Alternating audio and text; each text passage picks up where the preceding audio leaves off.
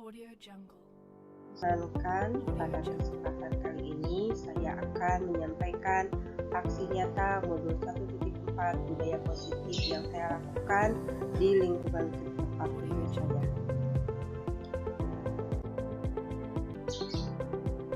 Perkenalkan, nama saya Siti Nurani, saya CGP Angkatan 7, berasal dari SMP Negeri 1 Katapang, Kabupaten Bandung.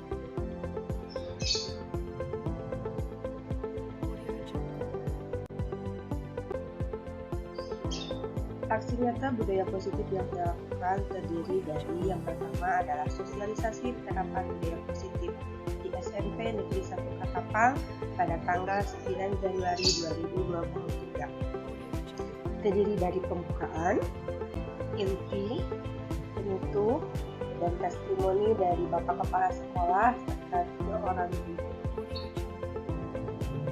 Yang kedua adalah pembuatan keyakinan kelas tanggal 10 sampai dengan 16 Januari 2023. Terdiri dari pembuatan dan refleksi oleh siswa.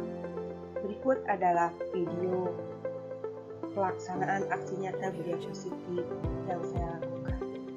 Bismillahirrahmanirrahim. Assalamualaikum warahmatullahi wabarakatuh. Gimana kabarnya Ibu Bapak? Mudah-mudahan sehat semua. Puji syukur marilah kita panjatkan kehadiran Allah Subhanahu wa taala atas perkenankannya kita dapat berkumpul di tempat ini di Aula SMP Negeri 1 Katapang. Saya sebagai pembawa acara akan menyampaikan susunan acara laksanakan pada kesempatan kali ini. Yang pertama adalah pembukaan, yang kedua pembinaan dari Bapak Kepala SMP Negeri 1 Katapang, yang ketiga adalah sosialisasi penerapan budaya positif di SMP Negeri 1 Katapang oleh saya dengan Ibu Neni, dan yang terakhir adalah penutup. Untuk mengefektifkan waktu, maka marilah kita buka acara ini dengan bacaan basmalah bersama-sama. Bismillahirrahmanirrahim. Untuk acara selanjutnya yaitu pembinaan dari Bapak Kepala SMP Negeri 1 Katapang. Kepada Bapak Kepala saya persilahkan.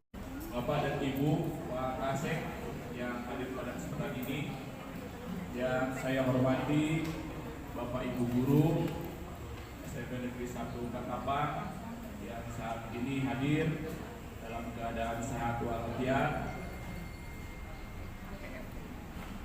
Pertama-tama marilah kita panjatkan puji dan syukur kehadiran Allah Subhanahu wa taala atas perkenannya, atas izinnya, atas ridhonya kita bisa berkumpul di aula SMP Negeri 1 Katapang. Poin penting yang selalu diwanti-wanti di dalam bangsa itu, setelah kita harus merasakan setelah aman dan nyaman, anak-anak kita dapat nyaman dan aman ketika belajar di SMP Negeri 1 Katapang. Tidak lupa juga keamanan dan kenyamanan juga diciptakan tidak hanya oleh siswa. Di sekolah ini ada unsur guru juga. Makanya Bapak Ibu dan Bapak Ibu guru juga harus menciptakan rasa aman dan nyaman di kalangan siswa. Setelah tadi perkenankan kami, ini ada program aksi nyata sebetulnya untuk modul 1.4 berkaitan dengan budaya positif. Jadi mensosialisasikan penerapan budaya positif di sekolah. Kebetulan ini juga berkaitan dengan sekolah peperak ya Pak.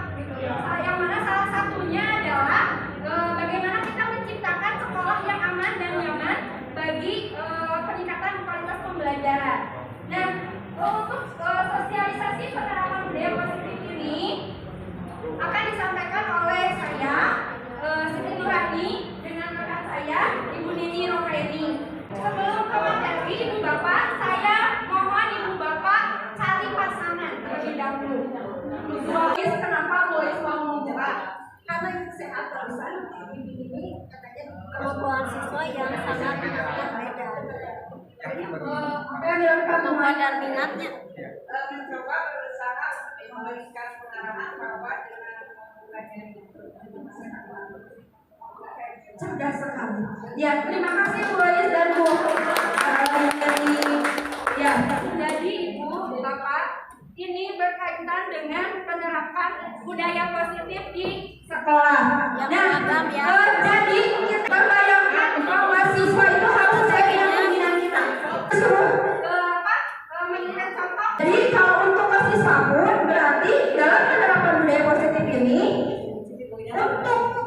siswa melakukan sesuatu yang positif tentunya harus sesuai dengan kesadaran dirinya. Nah, itu mungkin sebagai pengantar dari penerapan budaya positif di sekolah. Untuk selanjutnya akan disampaikan oleh Bu Neni Roheni. Kepada Ibu Neni. Bismillahirrahmanirrahim. Assalamualaikum warahmatullahi wabarakatuh. Terima kasih kepada moderator yang sudah memberi kesempatan kepada saya untuk memaparkan sedikit tentang budaya positif. Oke, Bapak Ibu, seperti yang sudah kita ketahui bahwa di sekolah kita itu sudah mulai dibiasakan hal-hal baik, pembiasaan hal-hal baik kepada para putra-putri kita di sekolah.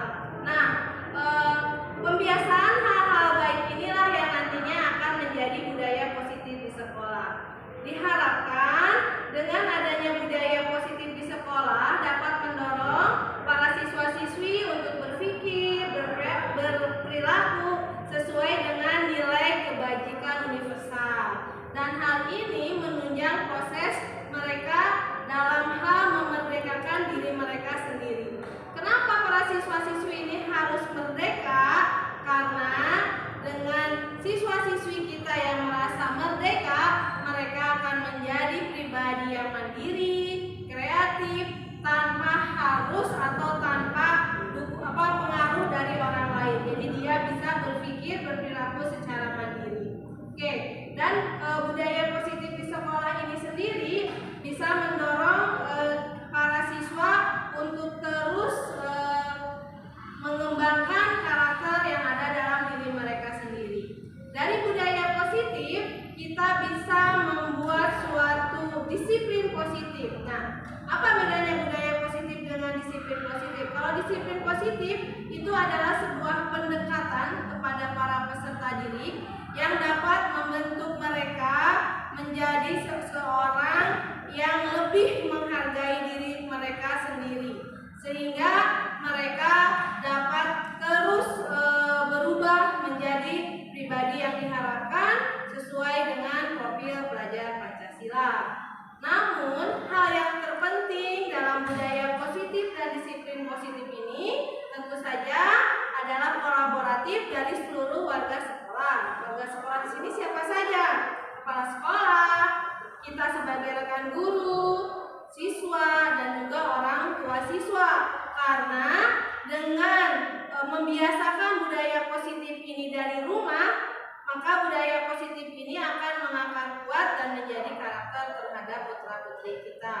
Oke, selanjutnya dalam materi budaya positif ini akan disampaikan tadi tentang disiplin positif, kebutuhan dasar manusia, keyakinan kelas, motivasi perilaku manusia, dan segitiga restitusi.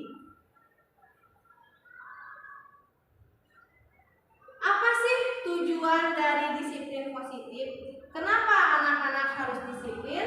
Tujuannya yaitu menanamkan motivasi untuk menjadi pribadi yang peserta didik inginkan, menjadi diri mereka sendiri dan menghargai diri sendiri dengan nilai-nilai yang mereka percaya.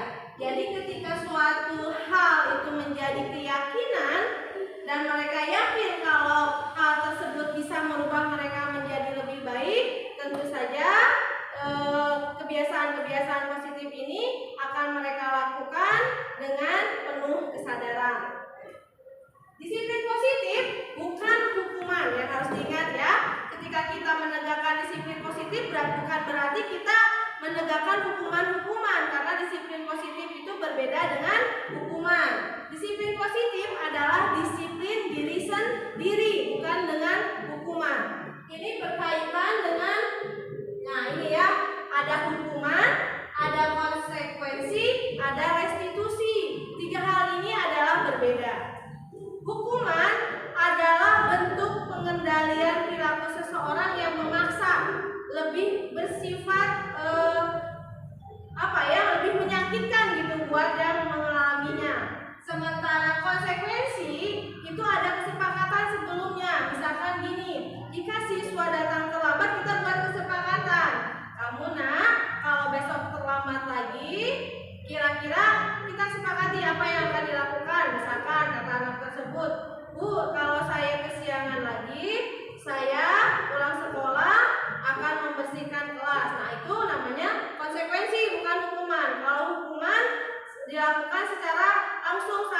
juga. Misalkan kamu kesiangan sekarang, misalkan kamu bersihkan kelas tapi tidak tanpa adanya kesepakatan terlebih dahulu. Tentu saja hal itu akan berbeda dalam prosesnya. Sementara restitusi, kalau restitusi adalah bagaimana ketika ada suatu masalah kita mendorong siswa untuk menemukan solusinya sendiri. Jadi kalau dalam restitusi lebih ke mengajak siswa untuk mencari tahu penyebab masalah dia melakukan hal tersebut dan mencari solusinya supaya siswa tersebut menjadi siswa yang lebih baik, tentu saja tidak mengulangi kesalahannya. Nah, perilaku manusia itu tentu saja akan berawal dari sebuah motivasi, ya. Jadi motivasi adalah hal yang mendasari manusia melakukan sesuatu. Nah, dalam budaya positif, kebutuhan dasar manusia itu ada 5. Dari 5 kebutuhan dasar ini, hal yang paling mendasar adalah kebutuhan untuk bertahan hidup. Ya, yang pertama adalah kebutuhan untuk bertahan hidup. Nah, kebutuhan untuk bertahan hidup ini seperti apa? Ya, seperti makan, minum, hal-hal yang mendasar. Setelah kebutuhan bertahan hidup terpenuhi, muncullah kebutuhan dasar lainnya, yaitu penguasaan. Lalu kebutuhan untuk kasih sayang dan rasa diterima. Ya, jadi kalau ada anak, dia tidak bisa diam, dia cari-cari perhatian di kelas. Nah, ada kemungkinan anak tersebut kebutuhan dasar kasih sayangnya belum. Kebutuhan dasar manusia yaitu kebebasan. Ya, pada dasarnya manusia ingin bebas. Tidak ada yang salah dengan kebebasan ini, sepanjang kebebasan ini dipenuhi sesuai dengan koridornya. Yang selanjutnya yaitu kesenangan. Ya, kesenangan itu merupakan kebutuhan dasar. Kita juga sebagai pribadi perlu kebutuhan dasar itu yang kita penuhi dengan berbagai cara. Misalkan pada saat weekend kita melakukan healing, berrekreasi bersama keluarga, bisa merasa senang, merasa bahagia. Nah, itu adalah kita sedang memenuhi kebutuhan dasar kita, kebutuhan kesenangan. Oke, yang selanjutnya Bapak Ibu. Oke, nah dari budaya positif ini perlu adanya suatu keyakinan kelas, ya. Kalau sebelumnya kita mengenal peraturan kelas, sekarang sedikit berubah menjadi keyakinan kelas. Kenapa? Karena kalau peraturan itu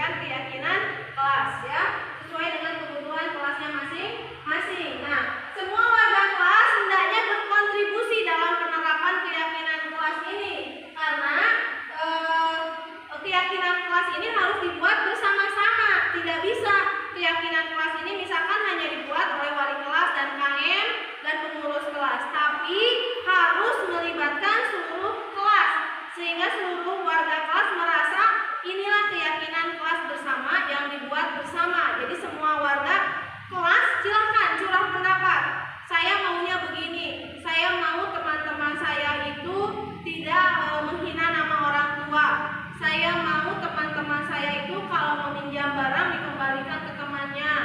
Saya mau pelajaran dimulai sesuai tepat waktu. Teman saya datang tepat waktu, guru datang tepat waktu, itu dibebaskan. Silakan semua siswa bercurah pendapat untuk menentukan keyakinan kelasnya masing-masing, ya. Kita tidak membatasinya. Lalu setelah berjalan beberapa lama, keyakinan kelas ini perlu ditinjau kembali. Apakah sudah dijalankan, sudah diterapkan, atau misalkan harus diperbaiki, sudah tidak relevan lagi, itu boleh. Jadi dalam penerapannya, keyakinan kelas itu bukan hanya dibuat lalu ditempel di dinding sudah begitu saja, tapi dalam prosesnya kita sebagai guru, sebagai wali kelas memantau terus apakah anak-anak keyakinan kelas ini sudah diterapkan, sudah timbul kesadaran dalam dirinya, sudah bagus atau bagaimana. Oke, keyakinan adalah suatu sikap yang ditujukan pada saat manusia ketika ia sudah merasa cukup tahu dan menyimpulkan bahwa dirinya telah mencapai kebenaran. Itu keyakinan, ya, menjadi dasar dalam diri kita. Keyakinan positif itu berasal dari nilai-nilai kebajikan yang universal. Dalam hal ini kita mendorong para siswa kita untuk mempunyai nilai-nilai sesuai dengan apa yang diamanatkan dalam profil pelajar Pancasila. Apalagi kan kita sudah menerapkan kurikulum merdeka dalam pembelajaran kita. Oke, nilai-nilai kebaikan universal ini seperti apa contohnya? Keadilan, kejujuran, kesabaran, keselamatan, hal-hal yang menjadi hal pokok atau dasar. Oke, di sini saya ada beberapa contoh kalimat atau contoh pernyataan keyakinan kelas, ya. Contohnya gini, kembalikan barang ke tempatnya, dilarang mengganggu orang lain. Nah, coba Bapak Ibu perhatikan ya, di sini ada 10 contoh pernyataan. Pernyataan keyakinan kelas. Kita kaitkan dengan nilai-nilai kebajikan. Yang mana yang sesuai atau nilai kebajikan apa yang relevan dengan pernyataan berikut ini? Bisa ya dilihat ya. Oke, nah seperti ini ya. Ketika kita membuat keyakinan kelas kembalikan barang ke tempatnya, berarti kita mendorong siswa untuk bertanggung jawab. Jadi nilai kebajikan yang akan kita kembangkan pada diri siswa itu adalah bertanggung jawab dengan mengembalikan barang-barang pada tempatnya setelah digunakan. Ya, dilarang mengganggu orang lain. Nilai kebajikannya apa? Saling menghormati. Ya, di sini ada lagi. Dilarang menggunakan narkoba. Kenapa nggak boleh pakai narkoba? Diyakinkan karena narkoba itu tidak baik untuk kesehatan. Ya, Bapak Ibu. Lalu berkaitan yang poin 10, ya, memakai baju seragam sesuai ketentuan. Nah, ini juga nilai kebajikannya bertanggung jawab dan komitmen. Harus ada komitmen di antara para siswa harus memakai seragam itu seperti apa, ya. Oke, tadi manusia berperilaku itu pasti ada motivasinya, ya. Jadi motivasi itu sesuatu yang mendasari manusia untuk berbuat atau berperilaku. Motivasi itu sendiri menurut gaya dosen itu terbagi menjadi dua. Ada motivasi intrinsik, ada motivasi ekstrinsik. Kalau motivasi ekstrinsik, yang namanya ekstrinsik itu kan berasal dari luar. Jadi dorongan yang berasal dari luar. Ada apa saja motivasi ekstrinsik ini? Yaitu yang pertama, hukuman. Ya, jadi manusia melakukan hal tersebut untuk menghindari hukuman. Yang kedua, karena untuk berharap mendapatkan penghargaan, ya. Jadi hukuman dan penghargaan itu merupakan motivasi ekstrinsik. Sementara motivasi intrinsik adalah motivasi yang berasal dari diri dia sendiri, dari diri pribadi itu sendiri. Kenapa dia melakukan hal tersebut? Semata-mata karena dia ingin menjadi seseorang yang dia inginkan, ya. Saya ingin menjadi sehat, maka ketika saya tidak merokok, itu adalah motivasi motivasi dalam diri saya sendiri, bukan karena saya tidak merokok takut dihukum guru, bukan karena saya tidak merokok ingin mendapat penghargaan dari wali kelas, tapi semata-mata saya tidak merokok itu karena saya sadar saya ingin menjadi pribadi yang sehat. Itulah yang dimaksud dengan motivasi intrinsik. Contoh lain, ketika anak berusaha datang ke sekolah tepat waktu, gak usah anak deh, kita aja ya yang kita umpamakan sebagai guru. Ketika saya berusaha untuk datang tepat waktu ke kelas, ya, saya bukan tidak takut dihukum kepala sekolah, takut dapat catatan jelek dari kepala sekolah, ataupun ingin dipuji oleh teman-teman guru juga, tapi semata-mata karena saya sadar dengan saya datang tepat waktu, saya sudah memenuhi hak siswa untuk menerima pelajaran tepat waktu. Saya sadar peserta didik saya sudah menunggu saya di kelas sehingga saya harus datang tepat waktu. Itulah yang menjadi motivasi intrinsik. Dan yang sebagai guru, nah, kita harus mengembangkan motivasi intrinsik yang ada pada diri siswa, bukan dengan memberikan motivasi ekstrinsik. Walaupun misalkan penghargaan itu baik, ya, kita memberikan penghargaan karena siswa sudah disiplin. Mungkin menurut kita pada awalnya itu baik, tapi lama-kelamaan, ya, penghargaan itu sendiri bisa menjadi sebuah hukuman. Karena apa? Karena motivasi anak berbuat seperti itu hanya demi mendapatkan penghargaan. Ketika penghargaan itu berhenti atau tidak diberikan kembali, ada kemungkinan anak kembali berbuat tidak sesuai. Jadi yang harus kita perhatikan benar-benar adalah itu, menumbuhkan motivasi intrinsik pada diri peserta didik, ya. Itu ya hal yang sedikit susah, tapi bukan berarti tidak bisa. Seiring dengan proses, sedikit-sedikit kalau kita bekerja sama, kita berkolaborasi, kita kompak untuk mengembangkan motivasi intrinsik pada diri peserta didik, insya Allah peserta didik kita akan mempunyai karakter sesuai dengan apa yang kita harapkan. Oke, nah tadi yang sudah seperti saya bilang, ya, terkadang kita dihukum oleh penghargaan. Padahal kan penghargaan itu bagus, ya, bisa memotivasi katanya. Tapi kalau dilakukan secara terus-menerus dan dalam jangka waktu panjang, penghargaan itu menjadi tidak efektif, ya, karena penghargaan bisa merusak hubungan guru dan siswa, ya. Siswa jadi merasa guru itu pemberi penghargaan, dia belajar karena ingin diberi penghargaan. Lalu penghargaan juga bisa menurunkan kualitas, ya. Jadi anak yang pertama dia rajin membersihkan kelas dapat penghargaan, rajin lagi dapat penghargaan. Jadi dia membersihkan kelasnya asal dapat penghargaan, jadi tidak kualitasnya menurun. Oke, lalu penghargaan juga bisa mematikan kreativitas, ya.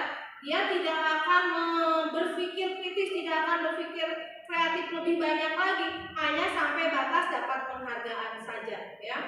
Lalu penghargaan juga lama-lama menjadi penghukum, ya, karena kita dihukum oleh penghargaan kita. Kita yang tadinya ingin memberikan motivasi baik, lama-lama kita harus terus-terusan memberi penghargaan, ya. Jadi ya itu, penghargaan itu menghukum karena menjadi faktor ekstrinsik dan kurang baik jika dilakukan secara terus-menerus. Oke, Bapak Ibu ada yang bertanya?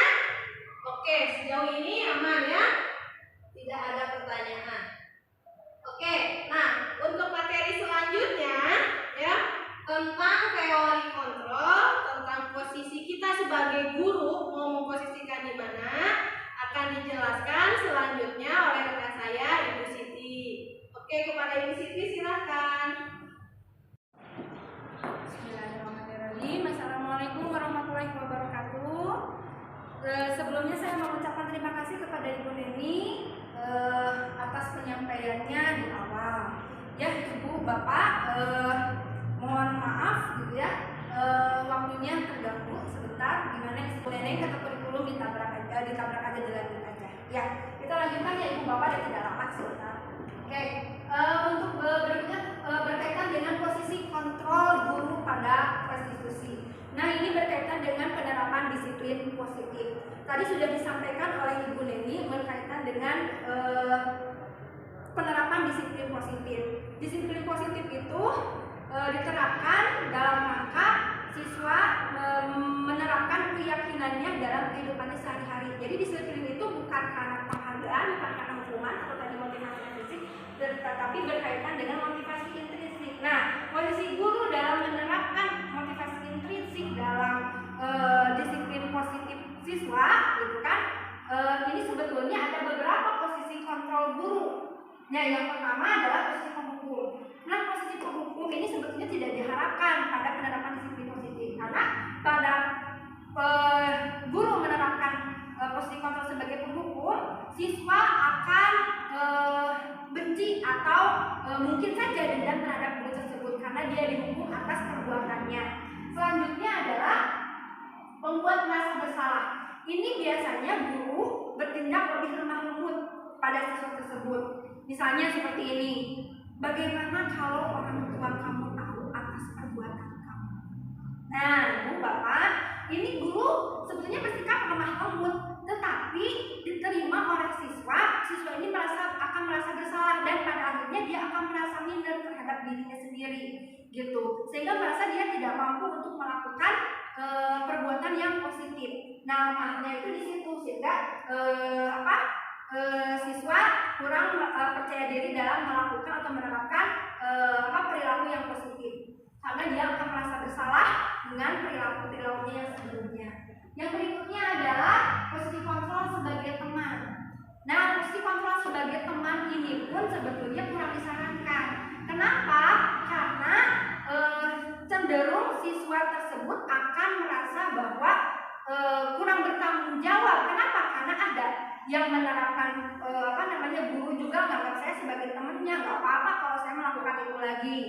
Misalnya seperti ini kalimat sebagai teman itu, oke, nak, apa yang kamu lakukan hari ini?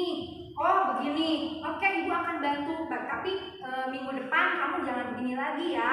Nah, tanggung jawab itu menjadi kurang bagi anak. Kenapa? Karena siswa merasa bahwa dia udah dibantu oleh guru sehingga si siswa tersebut kurang memahami atau kurang bertanggung jawab terhadap perilakunya sendiri, sehingga ada kecenderungan kalau bahasa ininya ngelunjak katanya terhadap guru. Nah, posisi penghukum tidak disarankan, posisi pembuat merasa bersalah juga tidak disarankan. Posisi teman juga agak kurang disarankan. Nah, selain itu ada posisi apa lagi? Pemantau. Nah, posisi pemantau ini bagaimana? Posisi pemantau ini adalah mungkin kita sebagai guru akan merasa capek, tapi sebetulnya memberikan tanggung jawab kepada siswa. Ini berkaitan dengan konsekuensi yang diberikan oleh dirinya sendiri terhadap dari perilaku yang dilakukannya. Contoh begini, Bu, pada saat jam pelajaran Ibu dan Bapak, siswa A ini datang terlambat di jam pelajaran Ibu dan Bapak. Nah, sebagai konsekuensi dari keterlambatannya, maka dia harus mengerjakan tugas di waktu yang lain, misalnya waktu istirahat. Nah, dia waktu istirahat melakukan tugas yang Ibu Bapak berikan. Namun Ibu Bapak juga agak sedikit capek karena Ibu Bapak harus mengontrol apakah dia mengerjakan tugas atau tidak. Dan siswa pun juga akan kehilangan haknya untuk beristirahat. Kenapa? Karena waktunya dia istirahat, mungkin saatnya dia jajan, bermain dengan temannya, dia harus mengerjakan tugas yang Ibu Bapak berikan. Nah, ada dua hal di sini yang digarisbawahi. Siswa tidak mendapatkan haknya, Ibu Bapak juga agak sedikit capek karena harus mengontrol tindakan siswa apakah betul dilaksanakan ataupun tidak. Nah, maaf Ibu Bapak. Nah, sebagai pemantau ini masih bisa kita lakukan, tapi tergantung dari komitmen kita bisa melaksanakan atau tidak. Nah, ada posisi Ibu Bapak yang sebetulnya bisa meringankan kita, tapi memang di sini juga bisa membantu ke dalam pembentukan disiplin positif melalui teknik restitusi, yaitu adalah sebagai manajer. Nah, peran guru sebagai manajer, posisi kontrol guru sebagai manajer ini yaitu di mana guru membimbing, menyadarkan siswa agar tumbuh motivasi dalam dirinya untuk memperbaiki kesalahan-kesalahannya dengan cara menyadari kesalahan itu secara langsung. Nah, artinya siswa diajak dulu untuk menyadari kesalahannya. Setelah siswa menyadari kesalahannya, siswa dibimbing oleh ibu dan bapak untuk menentukan langkah selanjutnya dalam memperbaiki kesalahannya itu. Jadi siapa yang menentukan mengambil keputusan untuk memperbaiki kesalahan atau masalah dari anak, yaitu anak sendiri. Ibu dan bapak hanya membimbing, menyadarkan dia akan kesalahannya dan kemudian menentukan langkah untuk memperbaiki kesalahannya. Nah, ibu bapak dari kelima posisi kontrol restitusi ini, menurut ibu bapak mana yang lebih mudah? Tentunya adalah posisi manajer. Walaupun mungkin ibu bapak tidak serta-merta perilaku siswa itu langsung berubah. Nah, disinilah posisi kontrol sebagai manajer berperan. Bagaimana kita mengelola atau memanajeri gitu ya siswa tersebut supaya dia bisa menyadari dan memperbaiki kesalahannya serta tidak mengulangi kesalahannya yang sama. Nah, dari kelima posisi kontrol ini, selain tadi yang disarankan adalah manajer, nah penghukum sekali lagi dan pembuat merasa bersalah tidak disarankan. Teman masih bisa kita lakukan ibu dengan tentunya kendali-kendali tetap yang harus ada pada diri kita, atau mungkin digantikan dengan pemantau dan yang paling utama adalah manajer. Oke, ibu selanjutnya.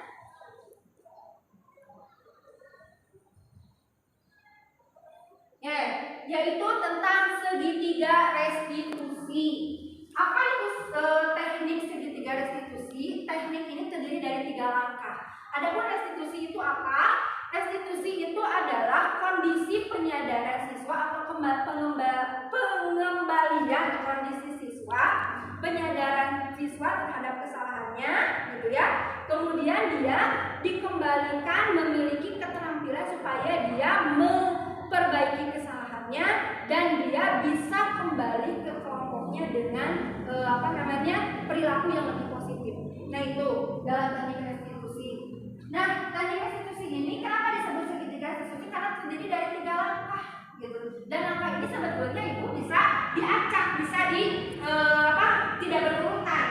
Nah, kalau dalam hal ini saya menyampaikannya yang pertama adalah menstabilkan identitas.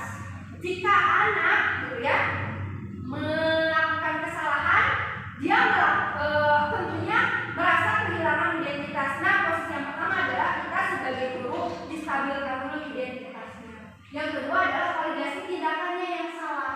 Yang ketiga adalah menanyakan keyakinan. Nah, contoh dari yang pertama adalah menstabilkan identitas. Nah, contoh kalimat seperti ini, bisa seperti ini. Semua orang pasti memiliki kesalahan. Nah, setiap orang pasti pernah melakukan kesalahan atau memiliki kesalahan. Kamu bukan orang satu-satunya yang pernah atau yang melakukan kesalahan itu. Nah, itu adalah contoh validasi, menstabilkan identitas. Artinya kita menstabilkan dulu di saat dia merasa kehilangan dari dirinya karena merasa bahwa dia melakukan kesalahan, maka kita stabilkan dulu identitasnya. Yang kedua adalah dengan memvalidasi tindakan, yaitu dengan kalimat bisa seperti ini.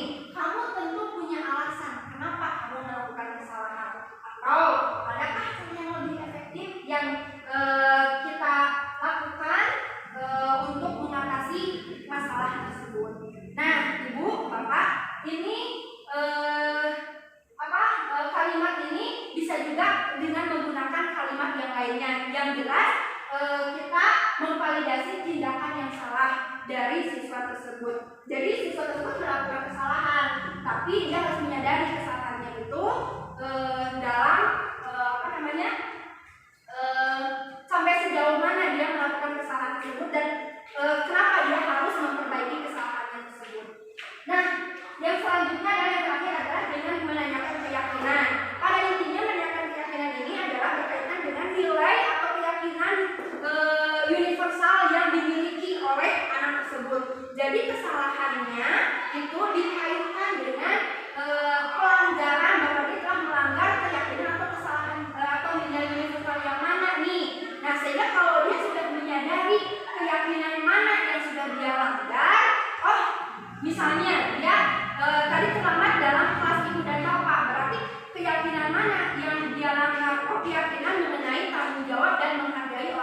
lain. Maka setelah kalau dia menyadari akan hal itu, maka dia akan memperbaiki berdasarkan keyakinannya.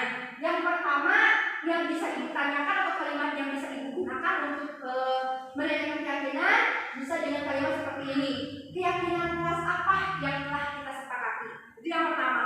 Yang kedua adalah tentang kamu ingin menjadi orang yang seperti apa sebetulnya. Nah, itu berkaitan dengan penggalian nilai atau keyakinan yang dimiliki oleh siswa kita pada saat dia disadarkan berkaitan dengan kesalahan yang pernah dia lakukan. Nah, sekali lagi ibu dan bapak bisa menggunakan kalimat yang lain. Ini ada beberapa kalimat yang saya tampilkan yang merupakan contoh dari kalimat-kalimat restitusi. Yang pertama adalah menstabilkan identitas. Berbuat salah itu tidak apa-apa. Yang kedua, tidak ada manusia yang sempurna. Nah, ini menstabilkan ini agar dia memiliki keyakinan atau kepercayaan diri kembali untuk memperbaiki perilakunya. Kemudian saya juga pernah melakukan kesalahan seperti itu. Kita bisa menyelesaikan masalah ini. Bapak ibu atau anak-anak tidak tertarik mencari siapa, ibu tidak tertarik mencari siapa yang salah, tapi ingin mencari solusi dari permasalahan ini. Kamu berhak merasa seperti itu. Dan apakah kamu senang menjadi teman yang baik buat diri kamu sendiri? Nah, ini ada contoh menstabilkan identitas. Selanjutnya validasi tindakan. Ini ada beberapa kalimat. Padahal kamu bisa melakukan yang lebih dulu daripada ini ya. Nah, ini sebetulnya menyadarkan bahwa dia sudah berbuat salah. Yang kedua, kamu pasti punya alasan mengapa melakukan itu. Yang ketiga, kamu patut bangga pada dirimu sendiri karena kamu telah melindungi sesuatu yang penting buat kamu. Iya, dia berbuat kesalahan, tapi kenapa? Ini alasannya. Kamu boleh mempertahankan sikap itu, tapi kamu harus menambahkan sikap yang baru. Artinya setelah dia melakukan kesalahan, maka dia harus punya keinginan untuk memperbaiki diri. Dan yang terakhir adalah untuk punya keyakinan. Pertama, apa yang kita percaya sebagai keyakinan kelas. Nah, yang kedua, apa nilai-nilai umum yang kita telah sepakati. Yang ketiga, apa bayangan kita tentang kelas yang ideal. Dan yang keempat adalah kamu mau jadi orang yang seperti apa. Nah, ini untuk semuanya adalah untuk menanyakan keyakinan apa yang dimiliki oleh siswa, nilai-nilai apa yang diyakini oleh siswa, sehingga siswa bisa memperbaiki kesalahannya. Ini kalimat-kalimat ini tidak terpatok pada di sini ya, Bu ya. Ibu dan Bapak bisa mengembangkan sendiri kalimat-kalimat ini berdasarkan tadi pedoman yang sudah disampaikan. Ibu Bapak ada pertanyaan sampai sini? Oke, terima kasih. Mungkin yang jelas Ibu Bapak dalam penerapan disiplin positif khususnya melalui teknik restitusi ini mungkin kita tidak bisa melihat perubahannya secara langsung semuanya karena masing-masing siswa punya keunikan. Ada yang bisa langsung berubah saat kita satu kali melakukan pembudayaan positif, namanya juga budaya, tidak satu kali atau dua kali kita lakukan. Budaya itu tentunya terus-menerus dilakukan. Ibu dan Bapak perlu kesabaran dan kesadaran dari kita bahwa penerapan budaya positif ini terus berlanjut, harus kita lakukan, tidak berhenti sampai di sini saja. Dan tentunya tidak berhenti karena satu atau dua orang guru saja, tetapi melainkan bagaimana kita melaksanakannya disiplin positif ini secara bersama-sama, berkolaborasi antara guru yang satu dengan guru yang lain.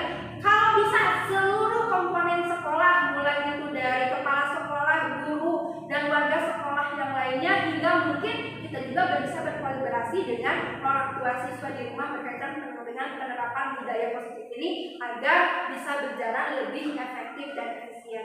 Mungkin itu saja dari saya. Terima kasih. Wassalamualaikum warahmatullahi wabarakatuh.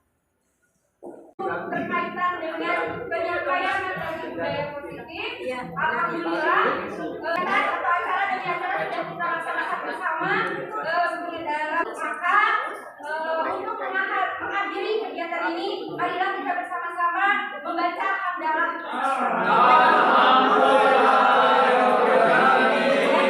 Terima kasih untuk partisipasi semuanya, atas kehadiran semuanya. Saya ucapkan mohon maaf apabila ada kesalahan. Wabillahi taufiq wal hidayah. Wassalamualaikum warahmatullahi wabarakatuh.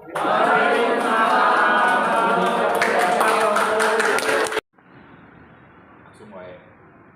Ya, terkait dengan kemarin di mana ada 2 CGP dari SMP Negeri 1 Katapang atas nama Ibu Siti dan Ibu Neni yang sudah menyampaikan materi terkait dengan tugasnya, yaitu tentang terkait tugas untuk apa namanya, istilah Aksi nyata kemarin sudah dilaksanakan terkait dengan materi disiplin positif, budaya positif di sekolah. Alhamdulillah sudah dilaksanakan kemarin, dan saya melihat kedua CGP ini sudah menyampaikan materi dengan sebaik-baiknya.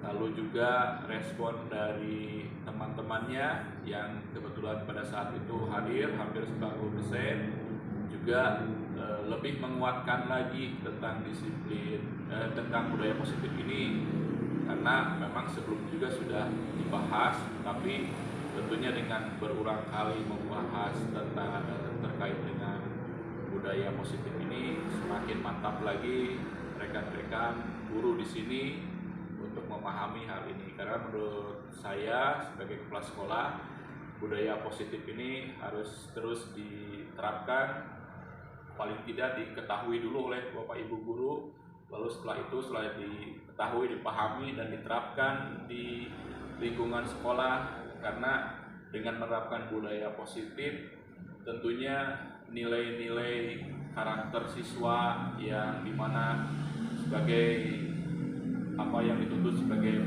siswa yang memiliki profil pelajar Pancasila tentunya satu arah dengan budaya positif itu. Karena dengan menerapkan budaya positif, maka profil pelajar Pancasila pun akan terus terbangun oleh kegiatan-kegiatan ini. Jadi sekali lagi terima kasih, kemarin sudah sangat baik menyampaikan materi tersebut.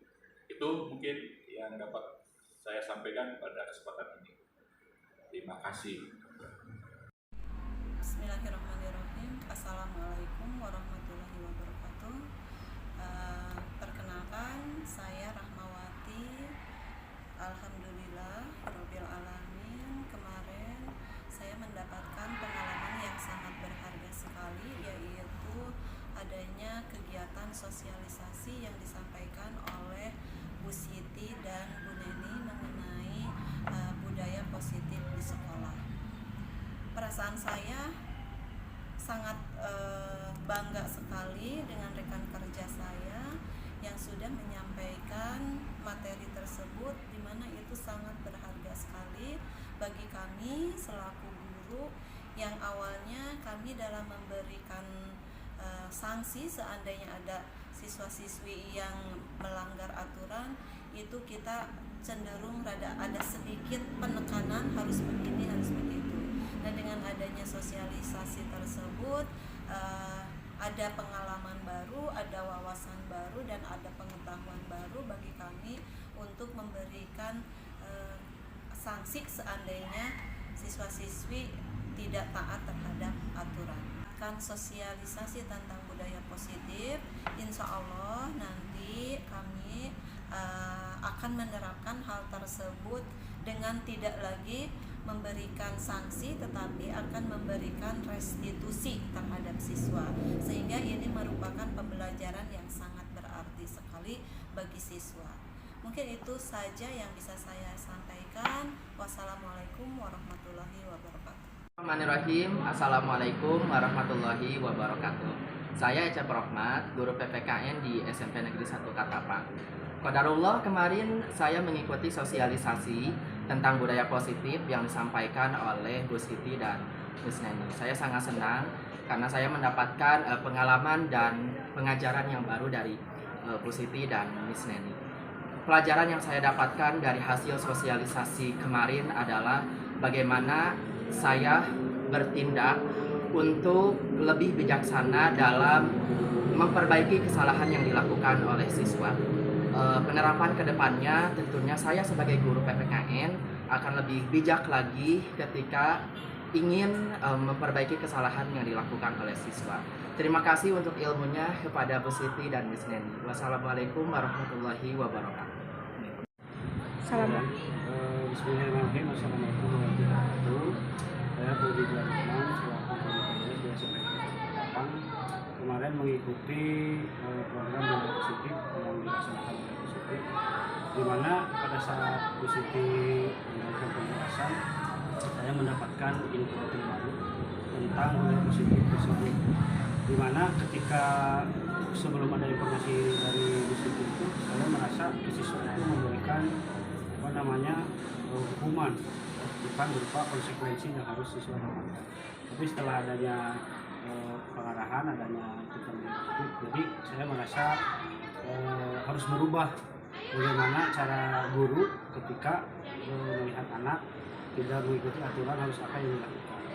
Nah seperti itu, kedepannya saya akan mencoba merubah kepada siswa yang melanggar aturan, yang tidak mengikuti apa yang saya diskusikan, dengan cara ada konsekuensi dulu di diskusi. Itu aja mungkin. Terima kasih. Wassalamualaikum warahmatullahi wabarakatuh. Akan membuat keyakinan kelas. Ya, keyakinan kelas ini kita buat untuk apa? Untuk mendasari dan agar tidak bertentangan dengan yang disebut dengan norma di dalam kelas pun, agar tercipta kelas yang tertib, aman, nyaman, lancar kita dalam belajar, maka dibuatlah keyakinan kelas. Keyakinan apa yang perlu dimiliki? Tentunya karena kita ini merupakan negara yang Pancasilais. Pancasila, keyakinan kita seperti yang sudah disampaikan digaungkan sebelumnya berdasarkan nilai apa? Profil pelajar Pancasila. Masih ingat profil pelajar Pancasila apa aja? Masih. Bisa nyanyinya? Masih ingat nyanyinya? Masih. Kalau gitu kita nyanyi dulu ya. Ya. 1, 2, 3. Belajar Pancasila, beriman dan bertakwa pada Tuhan Yang Esa dan berakhlak mulia, berkebinekaan global, gotong royong mandiri, kreatif dan bernalar kritis. Oke, kalau gitu kita mulai ya. Tadi nilai-nilainya berdasarkan kepada profil pelajar Pancasila. Kalau gitu Ibu sekarang minta kepada kalian tolong jabarkan profil pelajar Pancasila tersebut. Ya? Oke, satu orang dapat satu kertas ini ya. Nilai kebajikan universal yang berkaitan dengan beriman dan bertakwa apa aja? Akan duduk Satria. Jadi katanya tentang kebinekaan global, lanjut. Jawaban teman berani mengajukan tangan, membangun. Silakan duduk. Nilai mandiri apa aja? Percaya diri, yakin terhadap kemampuan. Sekarang silakan diskusikan kembali. Ya. Perilaku apa? Nih, yang harus ada di dalam kelas yang berkaitan dengan belajar Pancasila. Oke, sekarang kita lagi.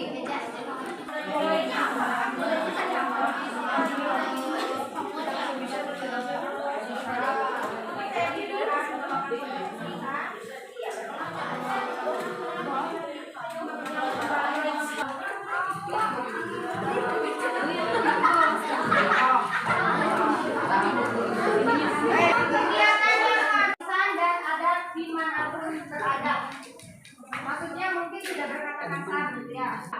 Tidak boleh menghina, harus selalu jujur, bersabar, berhina, tidak saling menghina, bertakwa. Setuju? Ada jujur, ada sabar, tidak menghina orang tua, menjaga amanah, menjaga aurat, melaksanakan mengaji. Setuju ya? Ya, dilakukan sehari-hari ya. Ini ya. Kemudian pendidikan global, kemudian mandiri, ada berani menjawab, berani berpresentasi, kritik tanpa disuruh, berani bertanya,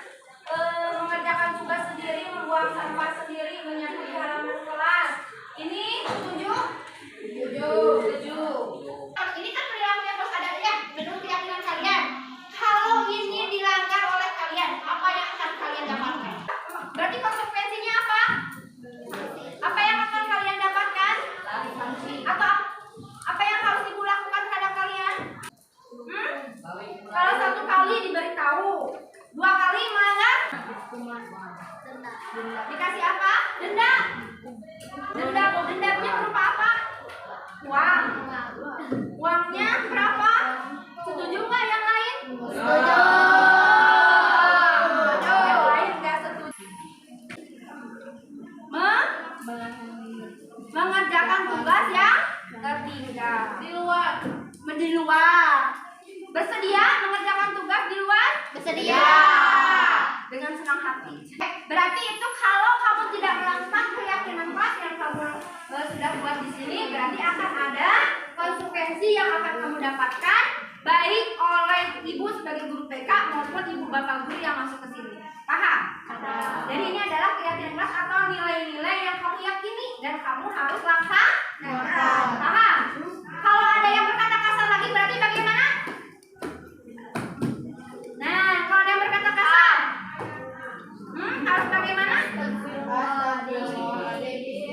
Istighfar sebanyak kali, sebanyak yang dia sebutkan atau apa silakan.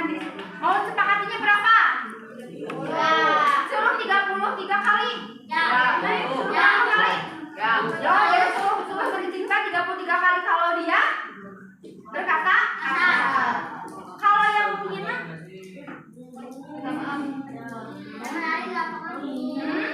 minta maaf. Ya itu melanggar kesepakatan tadi sudah disepakati konsekuensinya seperti apa. Ada tambahan lagi berarti kamu boleh melaporkan itu semua kepada ibu bapak guru mata pelajaran atau ibu wali kelas atau ke ibu sebagai guru B. Paham ya? Oke. Nah itu keyakinan kelas yang kita buat hari ini. Semoga ini bisa diamalkan ya untuk 1 semester yang akan datang. Paham ya? Oke. Terima kasih untuk hari ini. Silakan bisa kembali ke tempat duduknya masing-masing. Dan dibuatkan seperti keyakinan kelas yang sudah kita buat sebelumnya. Ya, silakan dirapikan. Iya, dibantu dirapikan. Paham ya? Nah, nanti minggu depan sudah ada. Ya. Oke, terima kasih. Assalamualaikum warahmatullahi. Assalamualaikum warahmatullahi wabarakatuh. Perkenalkan nama saya Sakina Mena Kimberly dari kelas 7J. Pada hari Senin tanggal 16 Januari 2023 pada jam pelajaran BK, saya sudah membuat dan memperbaharui keyakinan kelas dengan berdiskusi bersama-sama. Dengan membuat keyakinan kelas, kami sudah menyepakati apa yang boleh dan tidak boleh dilakukan dalam kelas. Kedepannya, kami akan berperilaku baik dan sesuai dengan keyakinan kelas. Terima kasih Ibu. Wassalamualaikum warahmatullahi wabarakatuh. Assalamualaikum warahmatullahi wabarakatuh. Saya Diana Sinama Besar dari kelas 7J. Pada Senin tanggal 16 Januari 2023 pada pelajaran BK kami membuat keyakinan bersama-sama. Dengan membuat keyakinan kelas, kami sudah menyepakati apa yang boleh dan tidak boleh dilakukan di dalam kelas. Kedepannya kami akan berperilaku baik sesuai dengan keyakinan yang kami buat. Sekian dari saya. Terima kasih Ibu. Wassalamualaikum warahmatullahi wabarakatuh. Warahmatullahi wabarakatuh. Perkenalkan nama saya Audi dari kelas 7D. Pada hari Senin tanggal 16 Januari 2023 pada saat jam pelajaran BK, saya membuat dan memperbarui keyakinan kelas yang sudah kita sepakati bersama-sama. Dengan membuat keyakinan kelas, kami sudah menyepakati apa yang boleh dan tidak boleh dilakukan di dalam kelas. Kedepannya kami akan